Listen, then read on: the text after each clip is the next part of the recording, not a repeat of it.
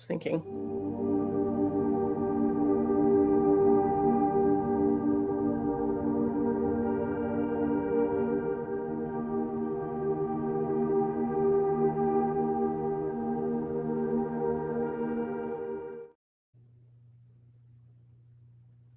Hello, everyone.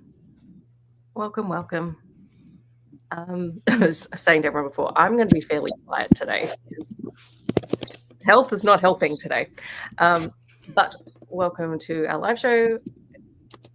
Is this the first time we've had everyone? Yep. I think so. Righty. I think this is the first. We'll do a quick introduction round. Look at us all being together. I know, we're finally here. I'm Steph. You're on my channel. If you don't know where you are, I'm a bit confused about how you got here, but hi, welcome. Everyone else, feel free to introduce yourselves. Are you starting with me then? Okay. Yep. Hi, I'm Shay. My channel is Shay Geeks Out. I sound better than I've sounded all day, honestly. But I've had allergies making me sound like I've been smoking for 50 years. So if I sound different than normal, that's why. But I primarily read kind of everything. I read a lot of manga. I read a lot of romance, lit fic, historical fic. I kind of read it all. Hi, I'm Izzy. I missed last. I only missed one so far out of 5. I'm very proud of myself. I need to say that. I'm very proud that I've only missed one so far. I read a lot of romance and manga. My channel's Happy for Now. I don't know. I feel like if you're here, you should know this, but you know, maybe somebody doesn't. I mean, we're always together, so I know. I was like, it's like kind of the squad. it's safety in numbers, isn't it? Yes. No, it's safety and sandwiches. Get it right. Safety and sandwiches. I'm Robin from Paperbacks and Planners. I apparently post TBRs every month and just that. They're your hopeful reading. But there will be another video in June, so I mean, I read romance. That's it. The book squad. Hi, I'm Megan. I'm only here for book clubs and to cause havoc in the group chat. It's like, and because we love you and you have to stay in the group chat. And the empty promises of me posting videos. So here's another empty promise. Maybe I'll post a video. Who knows? You're not posting the video that we have coming next weekend? If I can get everything done on Friday when I don't have to work, maybe. Just pick me. Okay. Sure. Hi, I'm Heather from Hia Booktubes. I read romance, and right now I read a lot of sci-fi romance. And I'm panicking because yesterday or the day before, one of those, I decided that my TBR was running out. So then I did like a bunch of scrolling on the sci-fi romance list. And I fear I've read almost everything I'm interested in at this point. I'm like, I can't run out of options so quickly, but we're getting close. So yeah, It's time for the rereads. That's literally what I'm doing right now. That's why I'm here. That's how this whole thing started. You have to read the Alien one I loved last month. It's your next Do or Die. Never mind. You. I don't know when you're doing that. So yeah, that's already happening. Literally this. That might scratch the itch. That's 3 books. I don't know. The whole reason why I haven't read it is because I usually don't love the reasons for her angst. Like she's pretty slow burn. Yes. This is my first time reading it. I forget that other people have read things before. All here because I wanted to reread these books. So That's you're true. so welcome. This was my last reread of the series, so my next one's the first one that I haven't read. I'm really excited for you to experience the next one for the first time. Looking forward to it. I'm the person who cheated and finished off everything that's out. Yes, and she's not allowed to spoil anything. She's been warned.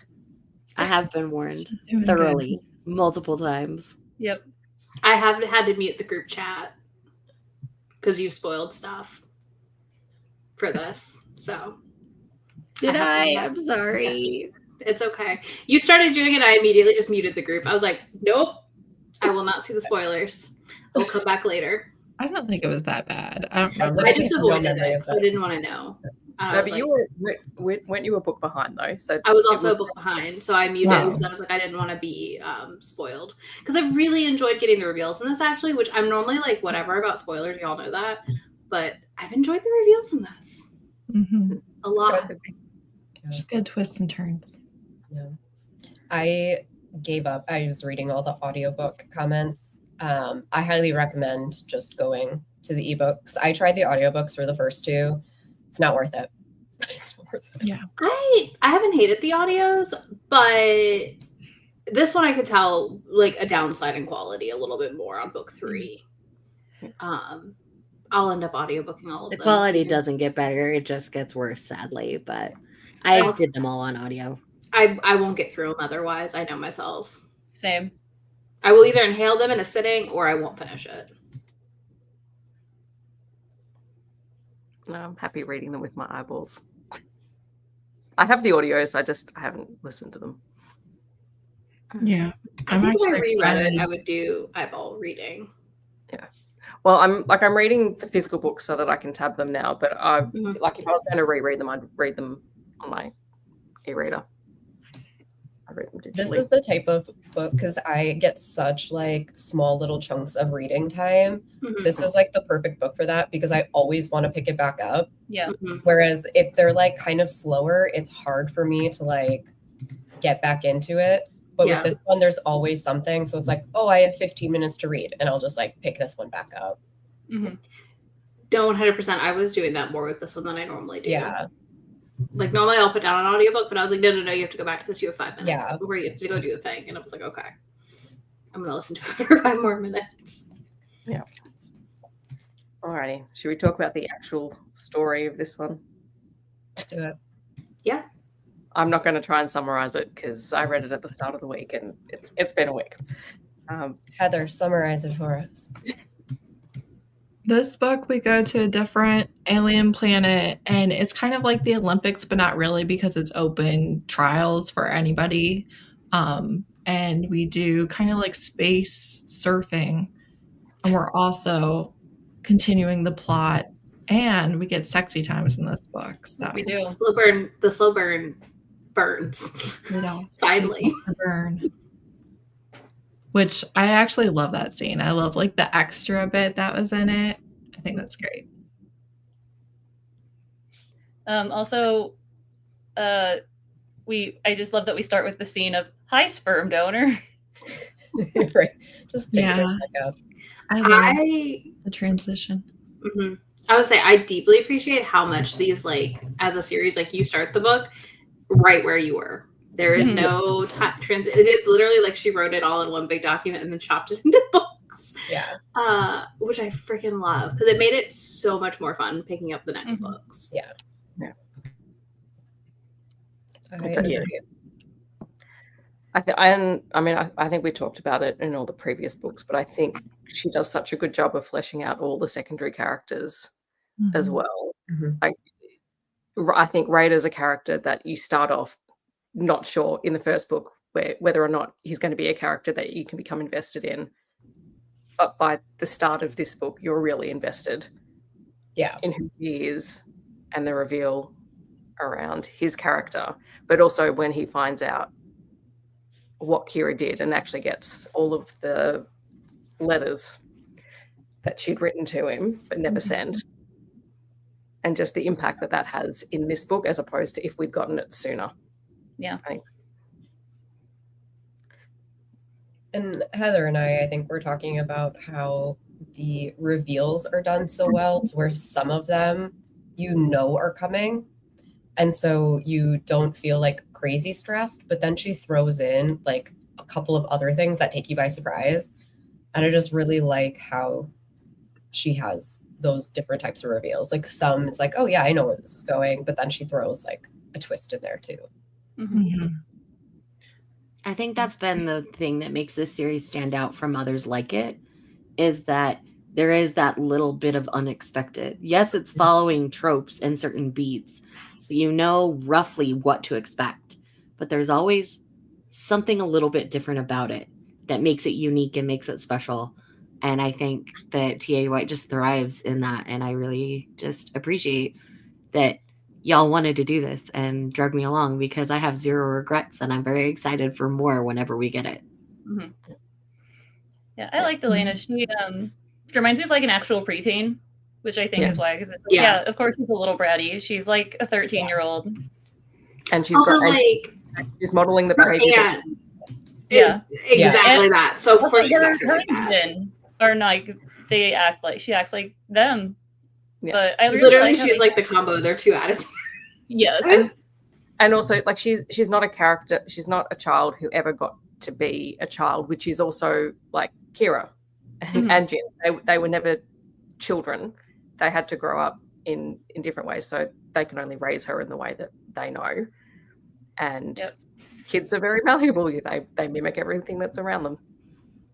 Although I love that. I was gonna say, I love that she shows the childish side of Jin more than you would maybe expect in this kind of a character, considering their age. But it's one of those things where it's so needed and so necessary, not only for Jin's development of the story and character, but for Kira's as well. Mm-hmm. I was really sad at how Raider acted the first time when he was like processing with Elena, and then it was very realistic though, in the like he wasn't just like my child, and then she was very much like, I'm disappointed, but like I should have understood. And then Kira was, like, and she was being very, again, she was a preteen, but like she was not at all dropping those bombs in any way that someone should. And also, like, no tact. You've known about him your whole life. He is literally in the first 2 seconds of finding out that you exist, and not only finding out that you exist, you have to remember too, one, he's thought that your mom is dead. She's the love of his life. He's been on his own for years, right? Also, he's been suspecting and like questioning about whether or not she's actually dead, right? He never was wondering if there was a child. That's very true. That never was a possibility. He was even like, that's not possible. And they had to be like, here's how it's possible. And she was like, oh. Right. Yeah, and like I didn't blame him for that at all, because he didn't say anything cruel to her. I don't think you can say something cruel to a child because you are surprised or annoyed with them, right? He wasn't cruel to her. It just wasn't, everything she'd built up, but also she partially made it that way. Like she was being a little asshole. And he's simultaneously trying to process that with the fact that he had finally forgiven Kira and then found out that like she was keeping this massive secret. So he was like, not only did I find out that I have this child, but the person that I just forgave was lying to me this whole time. I also really like that in this book, he flat out tells her, I realize you're not even the one I'm really mad at. Like, none of this is actually your fault. So I'm not going to make it completely an issue with you. Yeah. I like that all happened in the same book. Yeah. That it wasn't like drawn out. Right. Yeah. She does a good job wrapping up like storylines that you wouldn't want drawn out in the same book, I feel like, which I deeply, deeply appreciate. Because I would have been very frustrated if that was dragged into multiple books. Right. Yeah. Even like the relationship, this being the first sex scene that we have, it doesn't feel like we've had 3 books of waiting for them to get together because we've had so many things. So it's like even the things that she's dragging out from book to book, it doesn't really feel like you're waiting on nothing. Or it also doesn't feel like you have pointless reasons for why you're not getting it yet. I think that's why, is it doesn't feel like it's unnecessarily drawn out. Any like slow burn things like with their relationship makes sense because they're both hesitant for certain reasons. Right. And so it didn't feel like, oh, we can't be together. Right. And the whole time you're just like, but why? Tell me why. Give me one reason. And like even her relationship with Raider also kind of dragged out through 3 books, right? But because you have so many simultaneous things going on and you're getting bits and crumbs of them in each thing, and plus like each book introduces something new, it concludes something different. it just doesn't feel like anything is dragging on, even though we're talking about like 500-page books almost. Mhm. I feel like it wasn't dragging because it was developing the whole time. Like it wasn't like Raider the whole time was just like, I hate you, go away. I hate you, go away. I hate you, go away. It was like, And it's not there just was that, like complexities. He's like, I can't forgive you. And like, that's just it over and over again. Instead of like, I feel like everything that's drawn out or any sort of, issues that they have with each other, like there's legitimate reasons behind it. And they talk about it. Mm-hmm.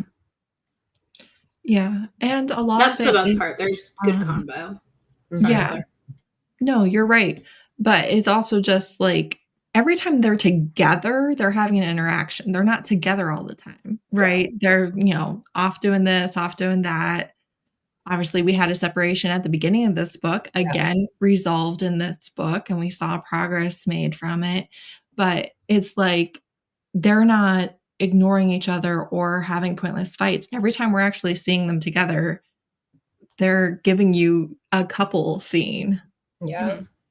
I was definitely nervous at the beginning of this one when they like separated. So it was like, oh man, how long is this going to last? So I do love that was not like, 2 books or whatever of everyone being separated. Mm-hmm.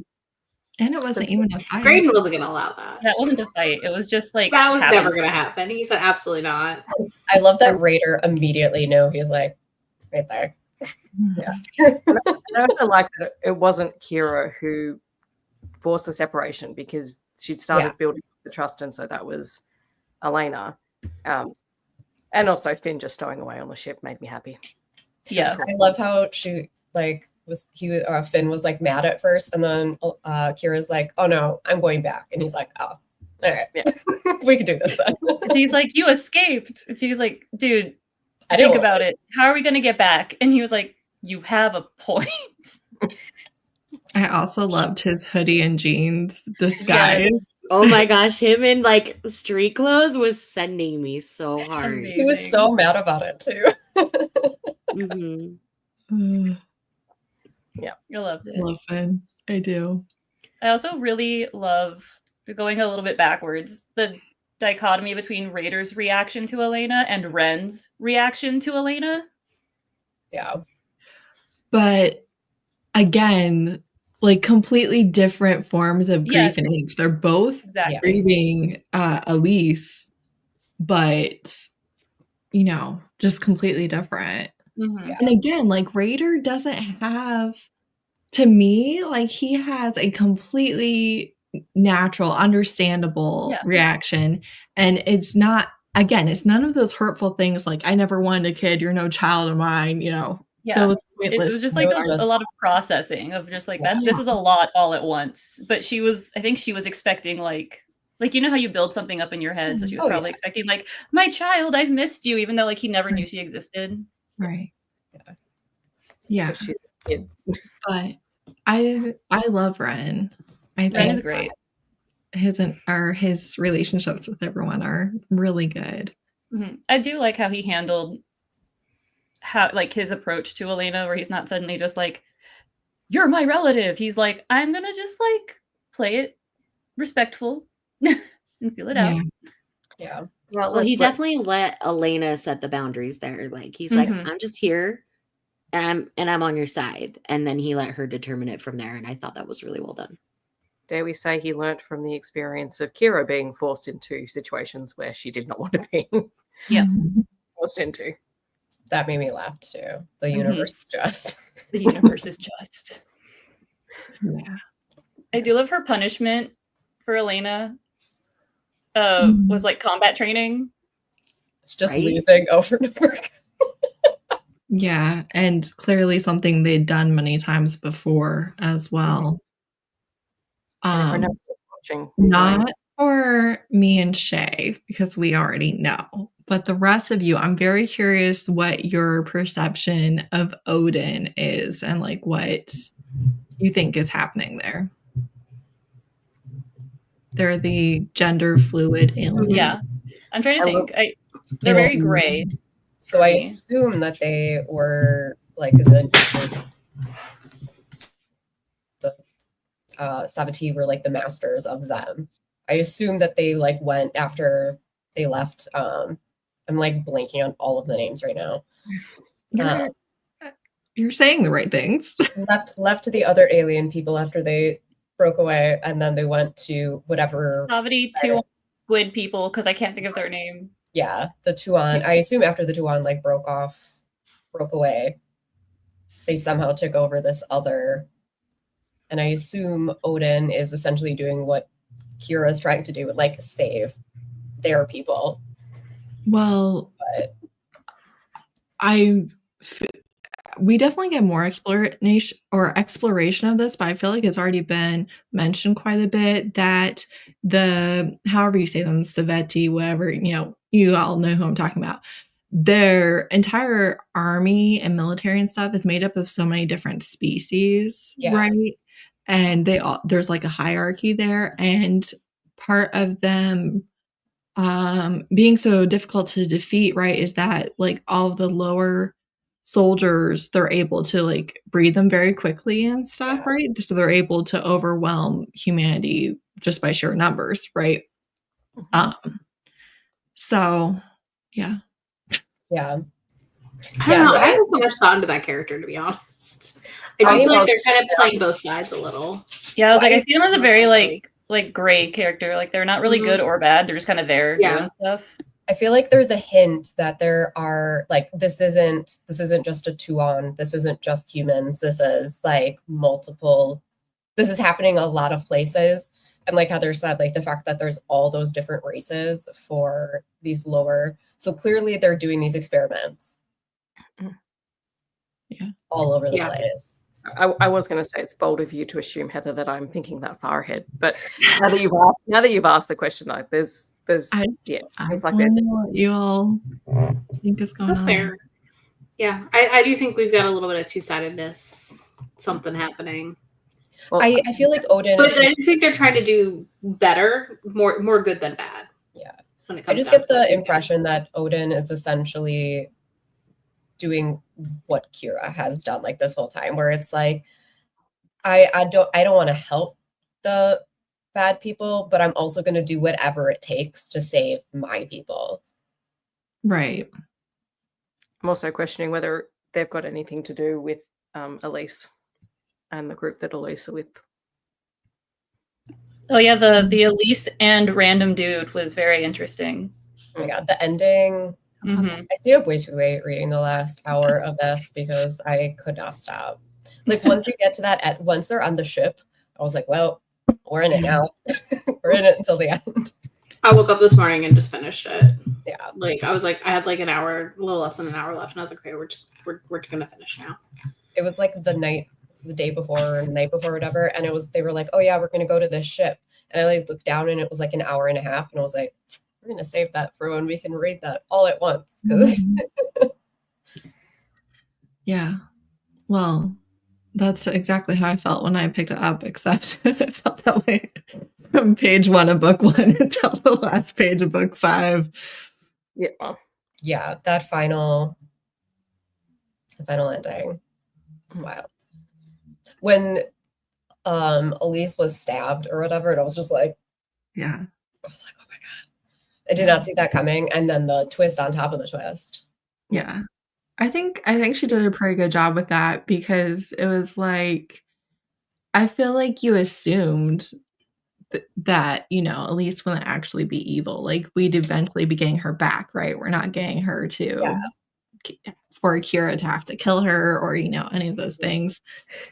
Well, she did a good job playing with you, like trying to like convince you that it was Elise and convince you that it wasn't. Mm-hmm. And so like after a while I was just like, I have no idea if it's her or not. Right. I also feel like too, that's one of those things that in books and stuff, you're like, oh my God, how can you not tell it's not them or whatever? But in real life, you've never wondered if the person you're talking to is not the person you're talking to. Like, you've never questioned that, because that's not part of our reality. Yeah.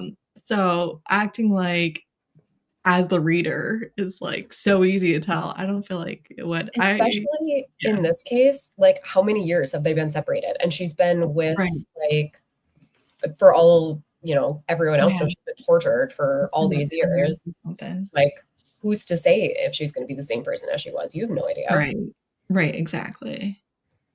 And Kira, of course, is one of the people that knows best what their conditioning is like and how difficult it can be to retain yourself and how much capacity they have to mess with your mind. Yeah. I do feel like, again, same thing with that when it was Moonbeam, the writer for the air things, I felt like, okay, well, this is obviously Elise, right? So that's like one of those hints where it's like, okay, like we know, like when are they going to figure it out? We know what it is. And then your reveal isn't even just that. Yeah. Yeah, and that's exactly what I was saying before, where it's like, yeah, you think that you know where it's going, so it doesn't like stress you out. It's just that once you get to the place that you thought you were going, there's more. Sunshine and Moonbeam, yeah. I do love the continued connection to the Tuon planet that Kira feels and is welcomed to in this particular book. I think the way that continued to develop felt really nice. And I really like that both Kira and Jin were feeling that, because that just solidified other things. Yeah. And I just really like it. I'm trying to be so vague right now and not spoil things. I am excited to know more about the so good. Well, water. in this one, we did get the reveal that Jin was a child, right, that got transferred to this AI, and we also know he's the Emperor's son, which obviously was hinted at in the previous book, with how much he looks like Devin, right? So we know all of that in this one, which I love. And also, I think, again, kind of explains Jin's personality, right? He's a genius, but he also is kind of childlike, and just, I think that's a very reasonable path to take for someone who was a organic and immediately stopped developing, basically. Yeah. But still had consciousness for decades more. Yeah. I want to know more about the water lizard things, snake things. Honestly, in my brain, they're just like water dragons. Like, I was like, yeah, and they're like serpent-like. Yeah. The Luong? Yeah, Luong. Yeah. That's what they're called. I couldn't think of their name earlier. I'm kind of The person who finished it 30 minutes before we started this, I do remember their names. I'm like mildly obsessed with them. I want to know more. Yeah, they would be cool to like see illustrated. I thought it was interesting the reveal too about her getting Jen into the robot stuff. Mhm. Like that And whole thing. I was that gonna she go can't tell somewhere. anyone. That yeah, so I was like, everyone's yes, like, this is that never the happened. reveal is coming on that one. I do like how okay. Graydon handled it. Yeah. I really enjoyed it. I think, was it in book 2 or this one where he was like, was it him or was it the other guy? Oh my god, her bodyguard guy. Finn. Okay, I was like, we've talked about it. My brain's already forgotten his name. Who was like, I'll only share what I need to share, like what's pertinent. That was and Finn. Finn. Yeah, So like- Finn, she told Finn. Graydon found out in this book, and she confirmed it. Yeah. Yeah, Graydon kind of found really out likes that. in book 2. Well, I meant like she confirmed it in this book, not that he found out in this book. yeah. Well, Yeah, I read and it I back to back, so I was like, wait, which book was it? But I liked the like thing of like, listen, yeah, we know sometimes we can't share everything, so we're not going to. I do like the conversation that she had with Finn, like on the ship, where like she finally realizes that like he is like all in on their like bodyguard Yeah. type thing, where he was like, Sword and no, shield I would relationship. never tell anyone anything. Yeah. So I did like that. And I think it's good for her to know and to trust that that is his stance as well, because they've spent all of the last 2 books building trust, but she still didn't really trust that that's Yeah, what. she didn't really like Yeah, and the fact that when she's on the planet and she goes off to have her meeting and he stays behind, Yeah. trusting her in return, like that. Yeah. I think, and then gets mad at her because she, gets into a fight. But Yeah.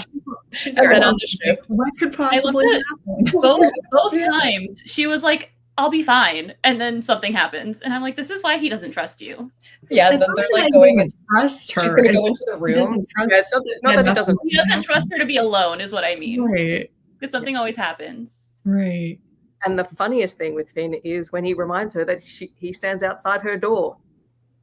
That was so awkward. That Oh was my so god. funny. That was so funny. I was like, oh, that, yep. Didn't think about that's that part. How do you know that? Well, it's also all of this is stuff that, Kira would know if she grew up in their society, and she doesn't know. So it's like putting the pieces together, right? And also, I think what he said about the sword going back to the roots when the Tuon had the old masters and everything. Again, obviously, she has experience with them. So I think that framing really helps her too, because she knows what she and the other 43 in the camps would do for each other, right? And how they'd be willing to sacrifice for each other, right? Sacrifice themselves. So that's relatable to her. Yeah. With Finn, he definitely gives like protective older brother energy where he's like, I trust you to a point, but like you tend to just be a problem child if I'm not around to watch your back. So I love how very, very platonic they are with each other. yeah. That's why I'm like, it's very much like more back to familiar her. and friendly than romantic. Yeah, because it's not like he's like unrequited, I love her and admire her. He's like, no, like I admire her as like a really cool person that I want to like put my like trust in, or I want to be her sword or her shield or whatever. But it's not like, I must be with her. He's just Right. like I think she calls him handsome, and he's like, that was the scene where he's like, I stand outside your room. Because she called him handsome, and he was like, I don't think Raiden would appreciate that. And she's like, what do you mean? And he's like, I stand outside your room. That was so good. Yeah. No. I absolutely love platonic relationships like that. Yeah. So they should happen way more often in books than they do. Yeah, I do not like never Establish jealousy. that sometimes. right. Like amongst any of them. Like there's no jealousy amongst where it's like, oh well, so and so is, in your room or whatever. Like there's none of that.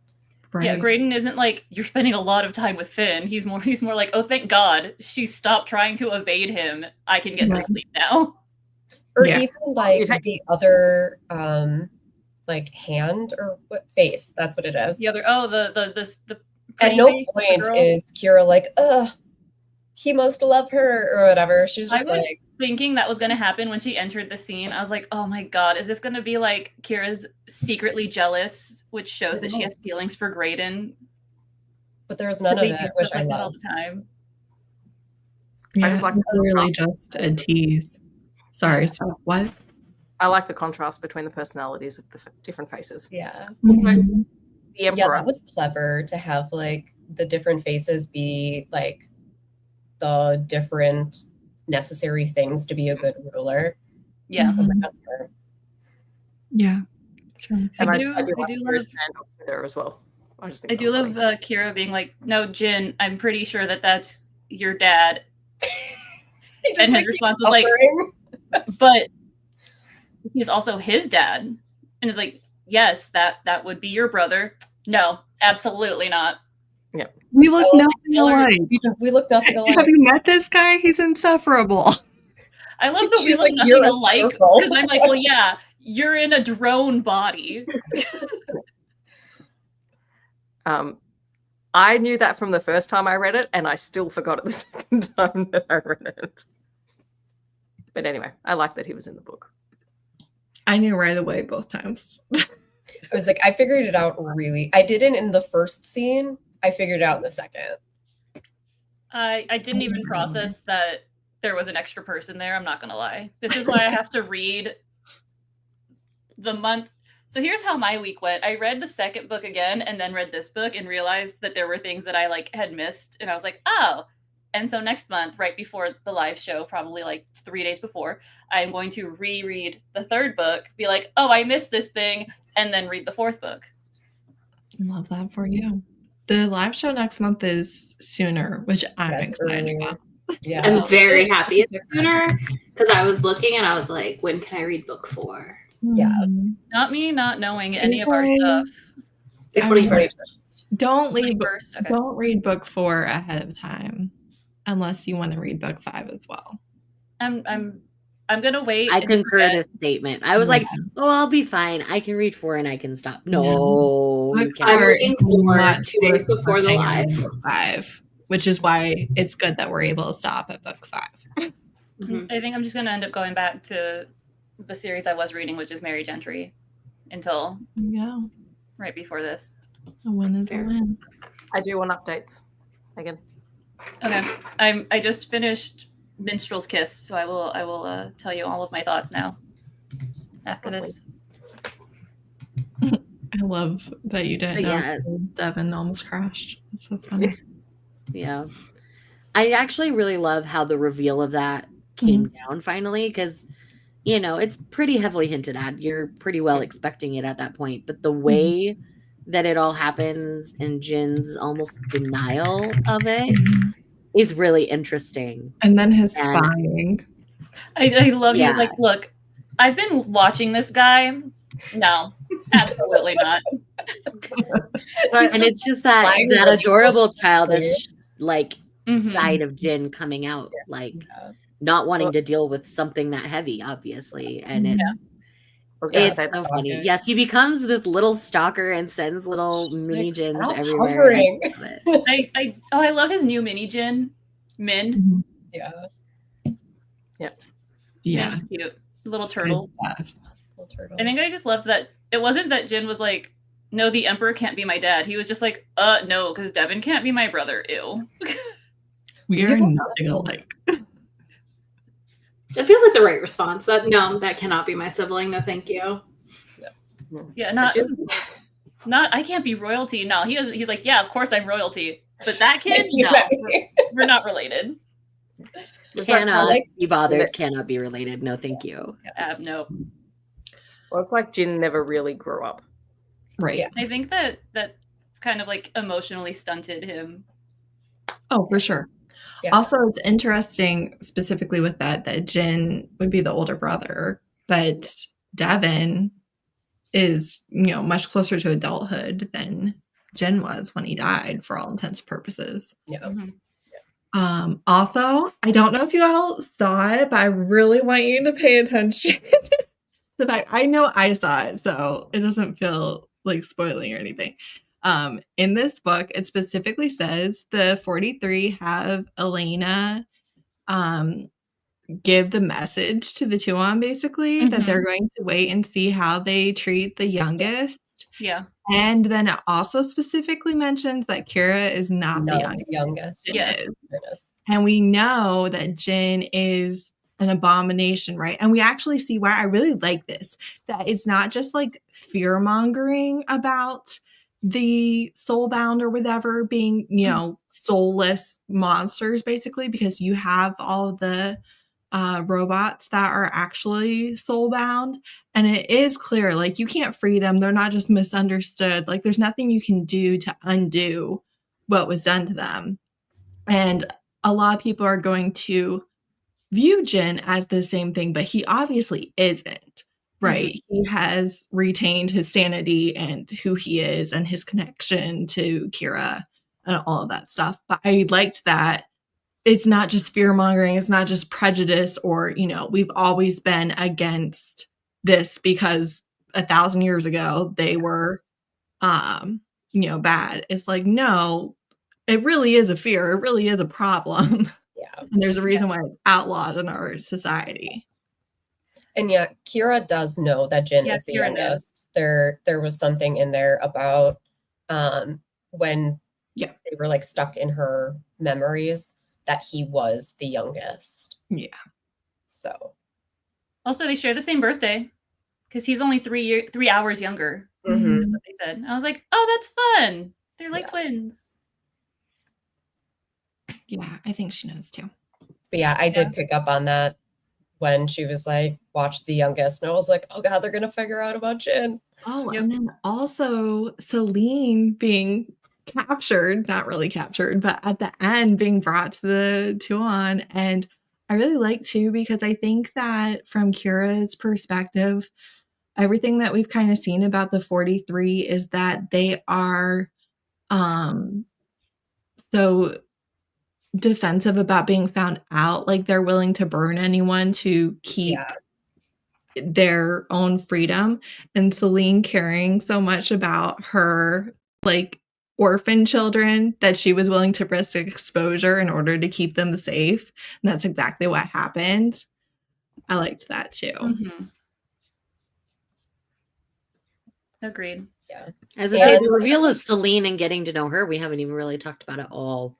Yeah. I just love her parasol. Celine. Yeah. I love her character. I love the way she dresses out in public. I think she's absolutely fantastic. Mm-hmm.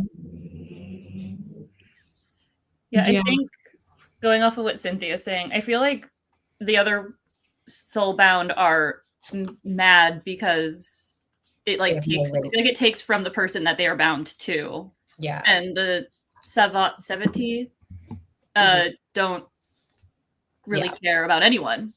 Yeah, so they don't have that like two-way link.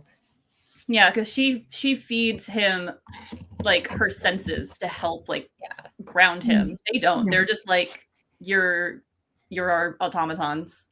Well, and I don't think that this is explicitly stated anywhere in the series, but this is definitely my perception of it too. They already had such a bond before this happened. The Tuon are, we know, require bonds like more so than just social creatures. It's like actually part of their energy, right? Yeah. And they were already bound together. So I don't think it would have worked just like if she was good to him after it happened or something. I think their history gathered a lot. Yeah. One thing I always wondered about is, did they truly know each other before they went with the Sabati? Or no, they were infants. They had like just been born. I think they said it was like a couple weeks or something. Yeah.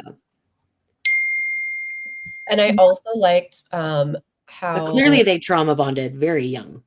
All of them, yeah. Oh, yeah. Yeah. Mm-hmm. I like how when you're on the ship, you figure out that like the 43, while they've been hiding, are like kind of all over the place. They've like infiltrated all of these places because like, Celine's on the planet.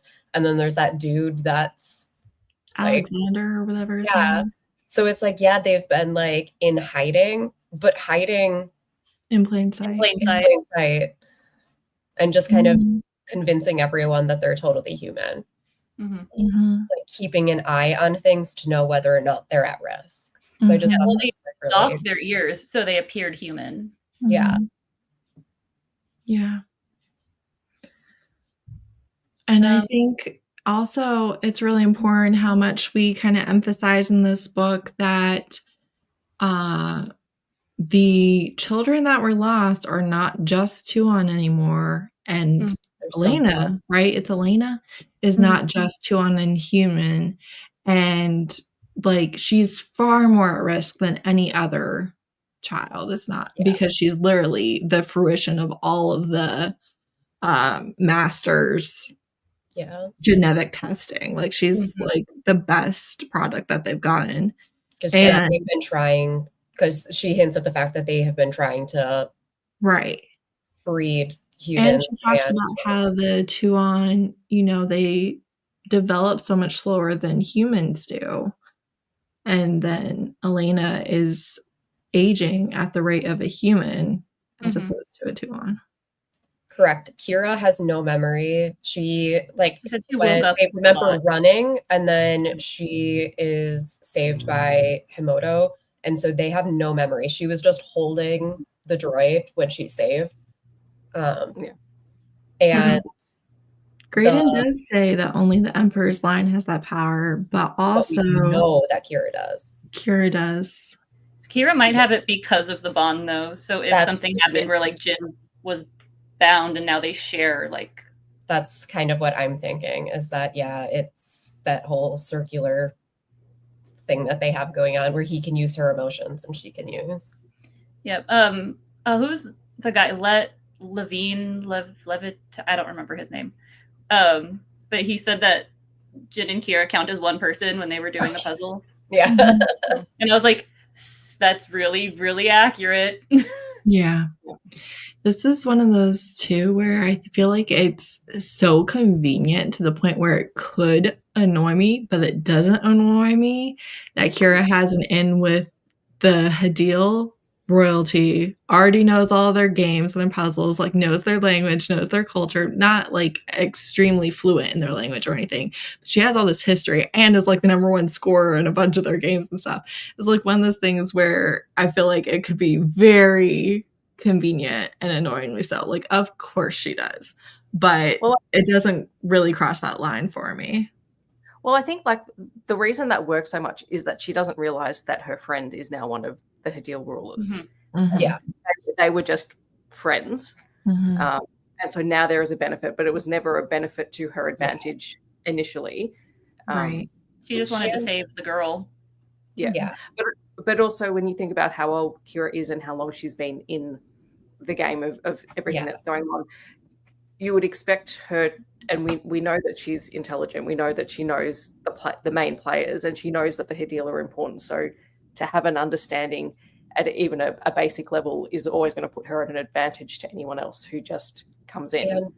And I feel like because she talks about how like no other humans, and even the Tuan, haven't ever really given the Hadil, I don't remember what it was, like the respect to learn their language.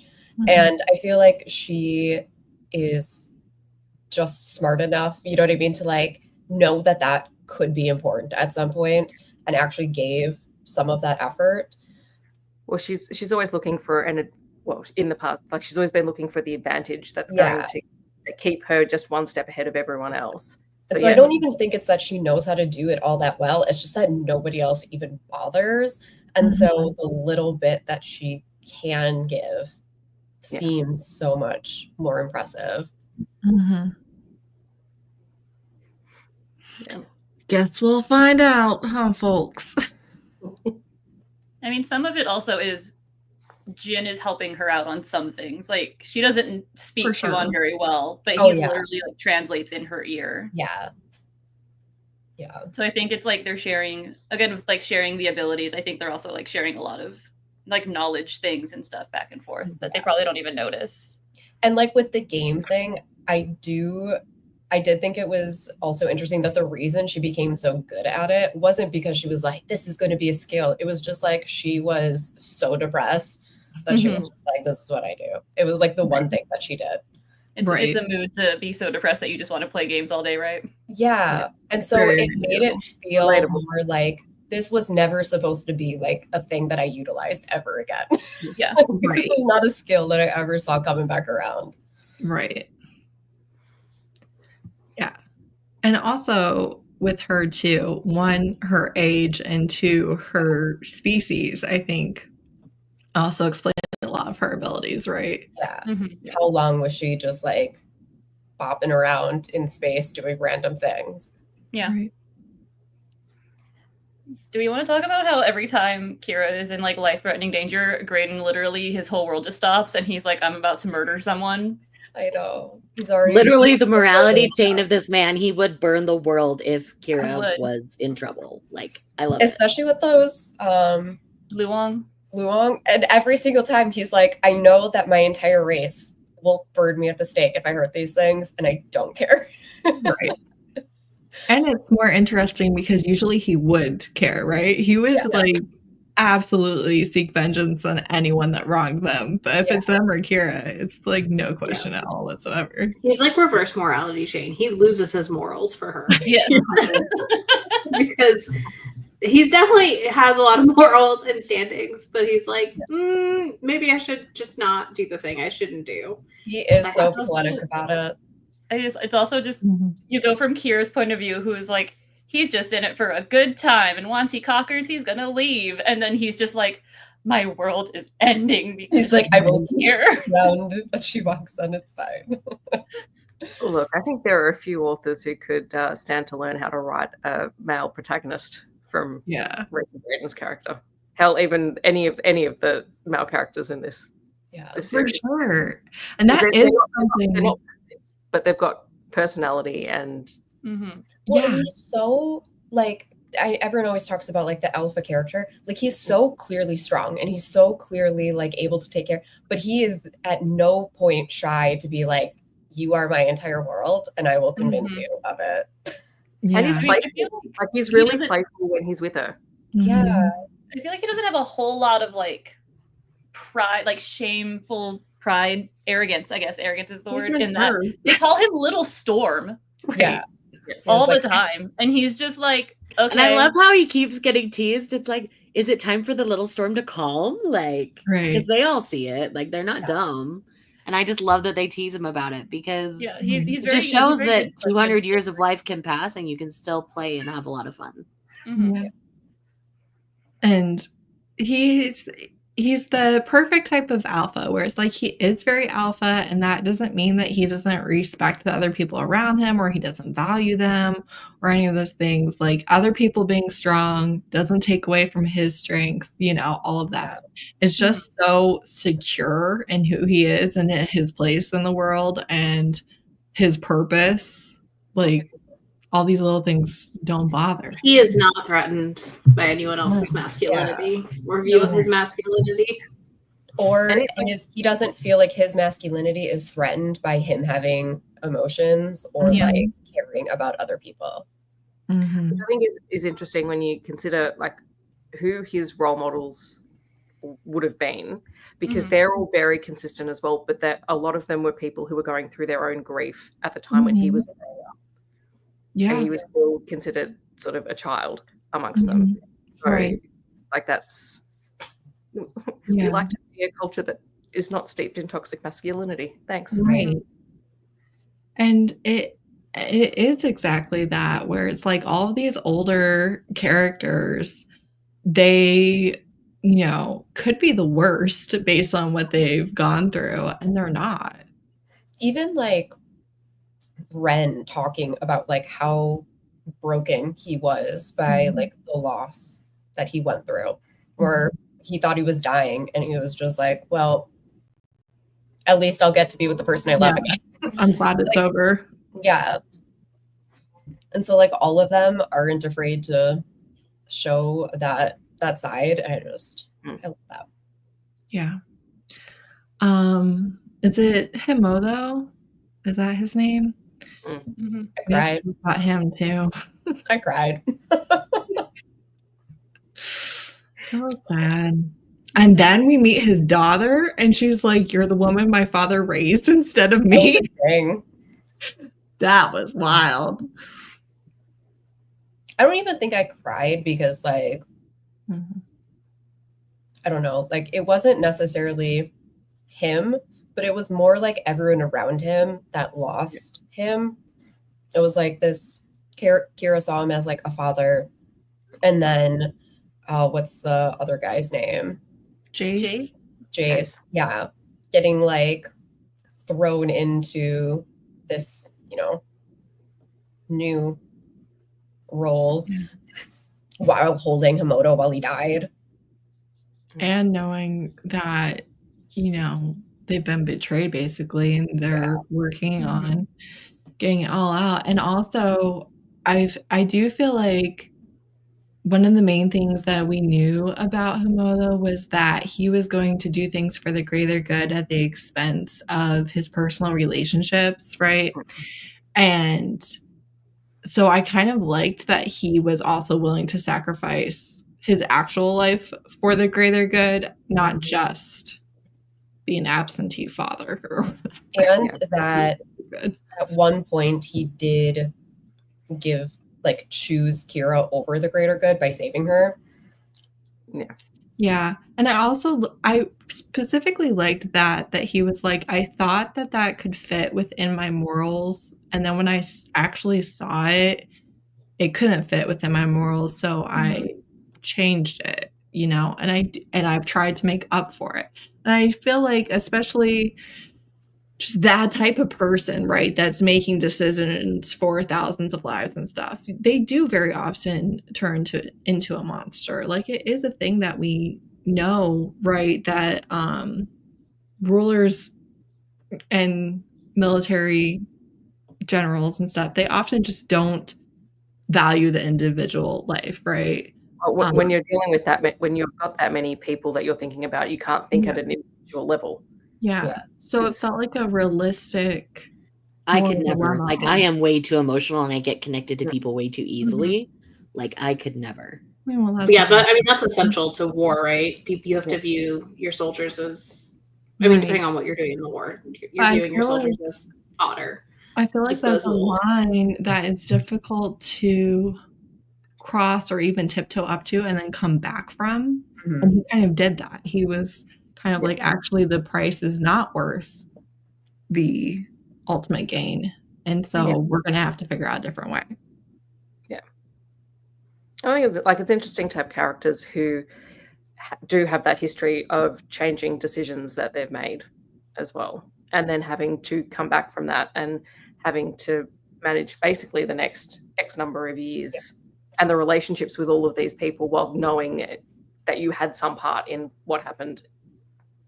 And having these characters that aren't just all good or just all evil, having those like gray spaces of what is right, you know, in this time where there is this massive enemy that could wipe out all of us. Where is the line?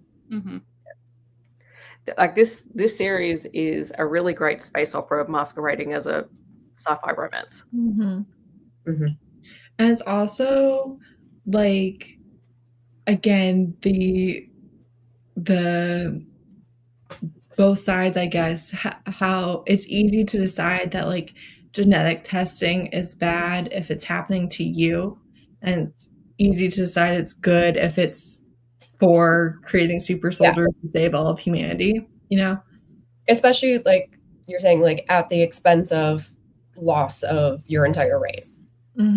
Like, yeah, we're not just talking about so you can be richer or something like that. We're literally talking about survival. But I also like that because there do have to be lines even with that, right? And I think that's kind of the point. And I liked that. Yeah. He came back. I also like that she never had to, I don't know, have that conversation with him, I guess. Like, he was already gone when she found out, and she was also not like destroyed by it because she knew that it was kind of a possibility. Yeah. Right. Izzy doesn't have a brand whatsoever. It's like, look, if it gets me Captain America, ethical. Then Bucky Barnes. If it gets me Bucky Barnes. I was gonna say, it has to be Bucky Barnes, though. Like, it's Bucky. Cap. It's Bucky. We love Cap. But I agree with this. Is that like who's the Bucky Barnes in this series? Kira. Kira, probably. Kira. This is a really good point where how at the beginning of the book, everything is introduced very like singularly. Like you have the humans and you have the Tuon and you have the Savati. And as you're going further and further, you realize that there is not necessarily those like strict boundaries, and everything has kind of been bleeding in. Yeah. Yep. Yeah, definitely agree. The chat has been raising some great points throughout this whole live. Good job, people. Literally, the line in the sand is Jin. Mess with Jin, and you're gonna get a really mad Kira. And I love my line in the sand. Raiden and Finn and Raider and everybody else. So like, don't mess with Jin, y'all. Yeah. Jin is not Bucky. Jin is not Bucky. He can't be Bucky. I hate that he's not Bucky. I understand why you say that, but I do think Kira actually is probably our Bucky character more than anything. Probably. And Graydon is a bit. Is it more her Steve? A little more grounded sometimes. Is her Steve? I would agree. A little more grounded. Steve grounds Bucky. I love Jin. Jin is their like child. That's Jin is also my line. So if anything happens, Right. We're also attached to Jin at this point. If anything happened to Jin, we would He's such a great character. all riot. Well, I definitely feel like, I mean, technically I haven't finished any series by this author yet. I'm caught up on 2. I have 1 that I haven't read the final book yet. So I haven't actually finished any series. But as far as I can tell, she doesn't give you a character like this to sacrifice them at the final hour and make you cry, you know? I feel like Jen is just as safe as Kira is. They are the main characters. Yeah.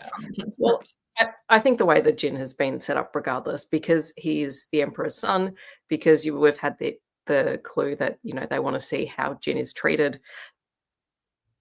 Plus, I truly don't know if Kira and Jin can exist without each other. I don't think they can. And I think that that's part of why it talks about her completely losing her shit, if anything. And the comment about how, what like that Megan brought up, where they are one. Like, I just get the impression that, like, if one of them dies, the other one dies. Like, that's I for sure feel like that's the world building that we've been given. Yeah. She's finished 2 series. 1 I haven't started yet, and 1 I have the final book left. So, and then she has this one and another one that's ongoing right now. Right. So she has 2 she's writing currently, which she's working on book 6 for this one, like on her website does have she does post writing updates to her website, and there is updates for book 6 on there. Yeah. If Jessica is still here, I think she finished the series I haven't read yet. But yeah, where she like can't function 100%. Yeah. I think we've seen that in every book, right? Yeah. Even when he just stops talking to her. Yeah. I think it's a 7-book series. This one? Yeah. I don't know. I could just be making that up, but I thought. Well, when you get to book 5, the trajectory of it, I don't think it could go more than 2 or 3 more books, realistically, unless there's a huge thing introduced. There's no way to know. That's all I can say, because spoilers. There's no way to know. And there's so much I want to say right now. We already said each book introduces something and concludes something. You don't really know what's going to conclude or what's going to be introduced. So who knows? Very, very true.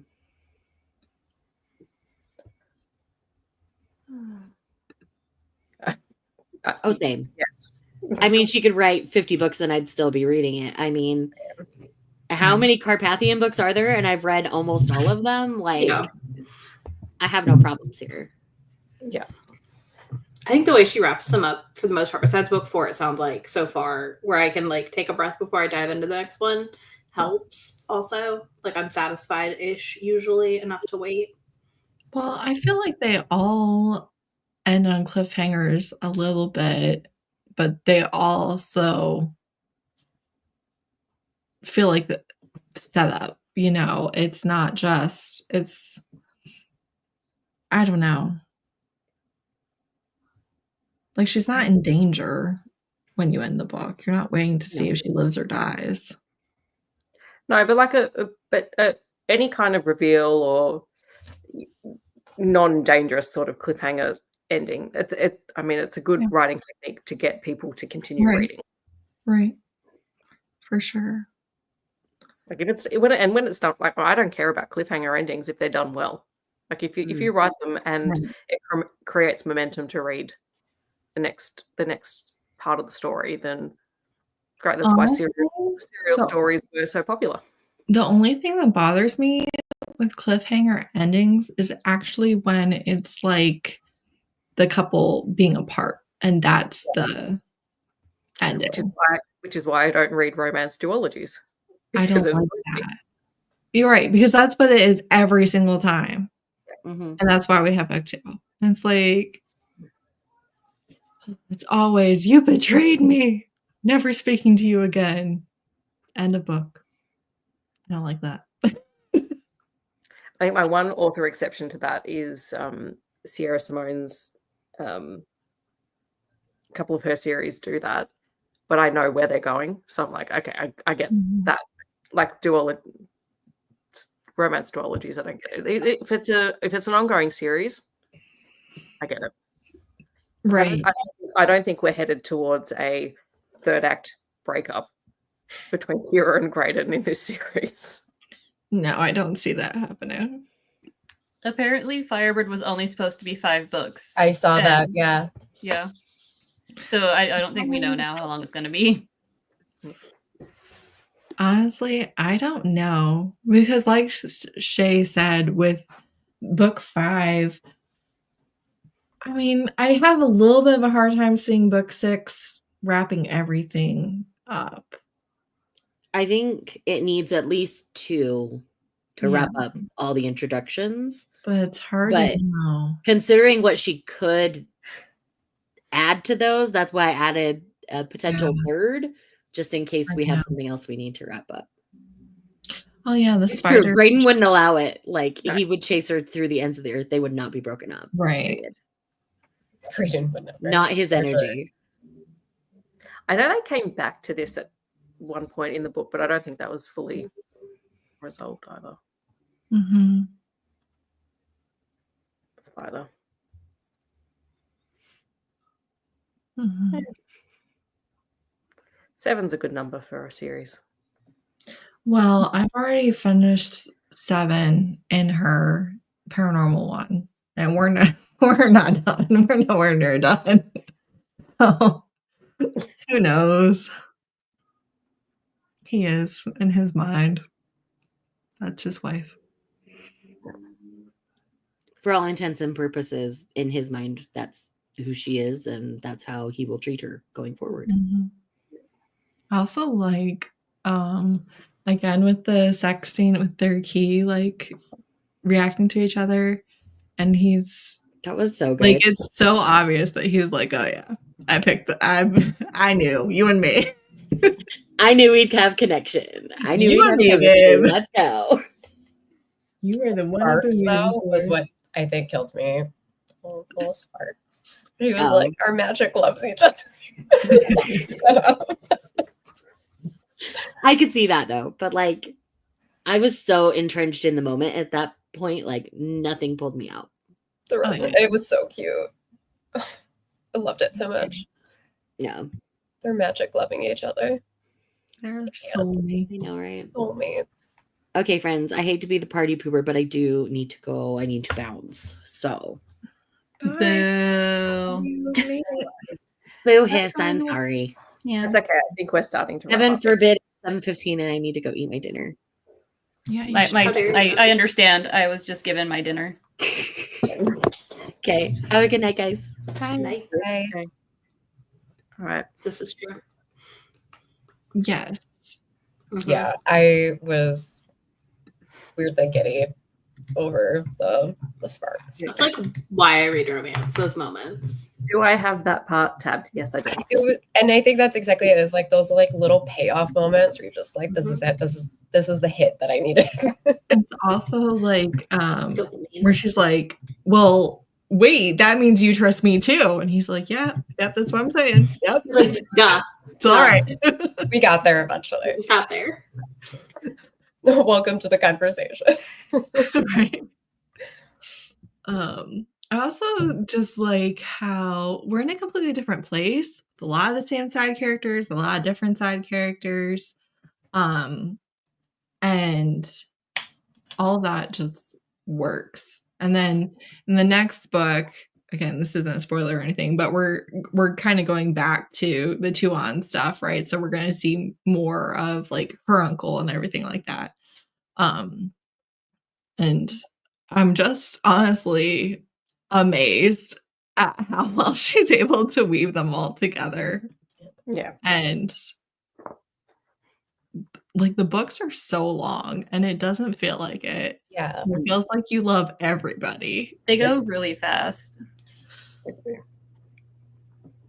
Yeah, and sometimes like because I tend to read my physical books in like such little chunks right now, sometimes I get like so frustrated if I am reading for too long. But with this book, I never like felt that way. I was just like, no, I just want it to last forever. Yeah. Which Well- 2 series are finished? Huh? Which two? The dragon one and the fantasy one. I think it's Broken the Lands? Lands. Oh, okay. That's the one I've read 4 of the 5 books. According to her website, she is writing this book, another, and starting something. She's starting something new. Because why not? Ma'am. Ma'am. She's got to occupy herself. She had just had twins. Yeah, right? She's not busy enough. I'm gonna read Dragon Ridden. I'm gonna read it probably pretty soon, to be That's honest. fair. Because I'm not getting enough. Are we book clubbing that one too? I don't know. I'll have to read it first. I have to pre-approve. I thought, Okay. again, I thought we were reading Million May Sing. Was next. I didn't say next. I just said, are we doing it too? For me, it depends on if I like it or not. Oh, I'm out on the next one because I don't like that series. Which series? The Nalani Singh. I do not like the Old Hunters. Yeah, no. The thing about the next book, it is like trials and stuff, but it's just like, and this is another thing, okay? I'm glad we brought this up. The previous book, right, we had almost exactly the same thing, right, as we're going to have in the next book, because it's the stuff with, the two on gaining adulthood and everything. I really like that we randomly got this book in between those two. They did a complete different location, different plot, and it wasn't just both of those back to back. And it also wasn't a completely random side quest where we were away from Graydon the whole time. We were away from, everybody else. It was just Elena and Finn and Elena, Finn, and Kira and Jin. It wasn't just them the whole time, and then we finally got back to everyone at the end of the book. There also wasn't like an obnoxious amount of trial stuff. Right. Well, when we end book 2, they talk about like, we don't know when it'll open again or when it'll be. So like, it also doesn't make sense for them to dive right into the next test. No, I mean like in this one for like the competition, I know. like, there wasn't too much of like the surfboarding and like it just, you got just enough to like know that it was happening. I also kind of like that she didn't win it all. Like she literally got eliminated. Yeah. It wasn't Potter. Notice how anything she competes in, she never actually finishes. Whoops. She finishes things years ago, previously off page. That's not a slide on her character. It's just in the book. There's a reason why she doesn't finish things. That's usually someone decides. You're absolutely right. And now I'm going to pay attention to that in the next book and see if it happens again. Because I genuinely don't remember. That's like a targeted attack. Yep. Just a little bit on the ADHD brain. Yeah, for sure. Especially because, like, as cool as it is, I don't really care about space surfing all that much, to be honest with you. So I like the amount we're getting. Yeah. I mean, I feel like that's just human inserting. Right. Finishing something, really? What is that? I only finish series because I have to with y'all, so. You're welcome. And that's not true, because I know you have read many a series. I was like, that's not true, because you marathon series way. The problem is that I marathon until the last book, and then I never finished the last book. Could not be me. It is me right now, but... Ask me how many times I have started Sweat and Soap. I have yet to finish that series. Are you serious? I could never reread that without finishing it. That's wild. I told you, I marathon through books, and then I just never finished the series.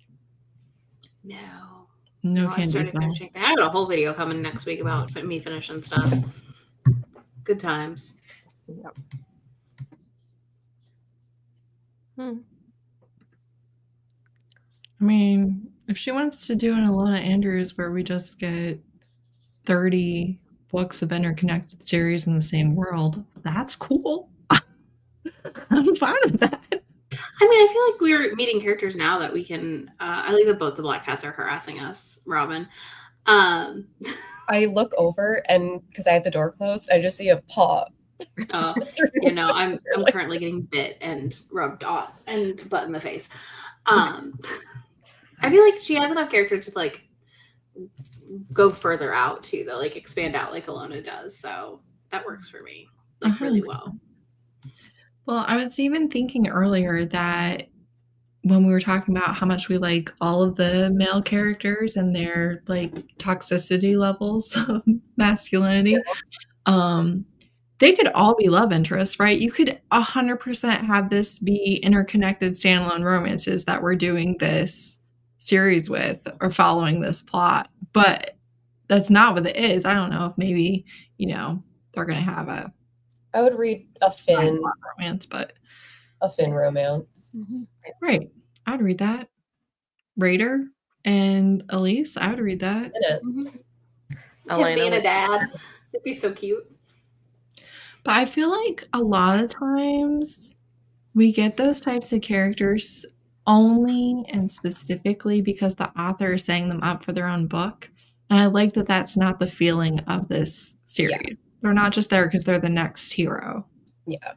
All of the characters feel important, even if they only get that one moment. Like even the puzzle master character, like she had, you know, you wanted to like her and you were invested in her story, even though we're probably never seeing this character again. Mm-hmm. And also just, you know, I feel like she's made it pretty clear that if they're going to win the next war, they have to do it more with all their species united. So it makes sense that you're then going to need to care about some of those other species. Or someone from the species. Yeah. Definitely. All right. Any last comments? Thanks. I love. Oh, go ahead, Steph. No. I was about to say ask what Megan asked. So go ahead, Heather. I loved the part where Finn and Jin helped her outrun Baron again. He was so mad. And also with Elena stumbling right into Graydon and Ren. I think it made sense, right? She's only 12. So I think it made sense that she wasn't able to outsmart all of these centuries old, very powerful Tuon. Yeah. But also she was safe. And Kira finally figures out how they've all been sneaking up on her and Jin because they can like mask. Oh yeah. She's like, what? The sneaking up was so funny every time it happened. Yeah. I was like, this is drive me up a wall. Yeah. Oh my god, Ziva, who was just like, hello, teacher. And she's like, I'm not. Why do you do this? Yeah. And then Elena just like making it worse. I love She's like, if you would like to be one of us. And I'm like, oh my god. Rule number 1. And then she just starts imparting wisdom. And Kira's like, I don't think I ever said any of that. What are you talking about? And she's like, I've been with her longer, so you need to listen to me. Right. Such preteen energy. Such preteen energy. It makes sense too because Ziva is like 30, but younger body-wise for the Tuon, right? She's like, supposed to be like an 8 or a 10-year-old somewhere in there? I think they said she looked like she was 6. And then Elena has only been alive for like a third of that, but is older. Just makes sense. Which I feel like that's a very difficult thing when you're writing those characters too, to like Yeah. keep straight and make any sense at all with the difference in aging. Especially like with kids, because kids can be so hard to write, because if you make them too young, they can be obnoxious, but if you don't make them young enough, they don't feel like Right. kids. Mhm. And so to not only write to kids, but have this weird like age Yeah. thing. It's also just like, because you have to be, I don't think that you can write an age for a child that you're not around a child of that exact age, because it changes so much. And it does annoy me when I'm just like, this is not a 6-year-old, y'all. Like, this is not what a 6-year-old is like. Yeah. And like, I get that they're trying to sometimes be like, oh, look how, I don't know, different this 6-year-old is, but it's like, okay, you went too far. They're not 17. Calm And down. it's like, literally, I'm worried about this child, because like, this is What have you done the to this perfect child? behavior of like a traumatized, neglected child. Like, what did you do to hurt So this how are you child? supposed to have the character be a great parent and also the child is not able to act like a child? Yeah. Doesn't make sense. Something's weird here.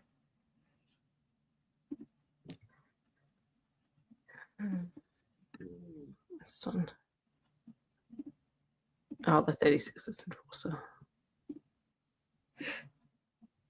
Yeah. Alrighty. Anything else? Or have we covered most things until next time? I think we've covered it all. Mm-hmm. So it will. So the next live show is about a week earlier.